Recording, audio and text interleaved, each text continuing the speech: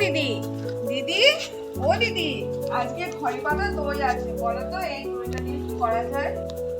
দেখি কি করা যায়। দেখি আজকে তো ভাই বাজার করেছে, দেখি কি মাছ এনেছে। ও ভাই ভাই, কি মাছ এনেছো? কাতলা। তাহলে আজকে দই কাতলা করব। প্রথমে কড়াইয়ে তেল দিলাম, নুন দিলাম, হলুদ দিলাম, ভালো করে মাছগুলোকে মাখিয়ে নিলাম। কড়াইয়ে তেল তেতে গিয়েছে, এবার মাছগুলোকে দিয়ে দিলাম।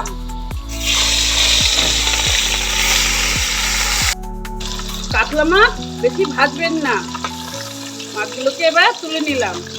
দারচিনি, এলাচ, তেজপাতা ফোড়ন দিলাম, একটা শুকনো লঙ্কা ফোড়ন দিলাম, পেঁয়াজ বাটা দিয়ে দিলাম, জিরে, লঙ্কা, আদা বাটা দিয়ে দিলাম। পিতু, দইটা তো দিয়ে গেলি, কাঁচা কি করতে হবে দেখ। হলুদ দিলাম, নুন দিলাম।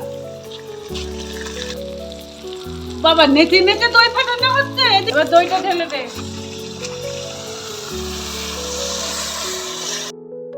ভেজে রাখা মাছগুলো এবার দিয়ে দিলাম। এবার দিচ্ছি পোস্ত বাটা, সবশেষে গরম মশলা একটু ছিটিয়ে, এবার নাবিয়ে নিলাম।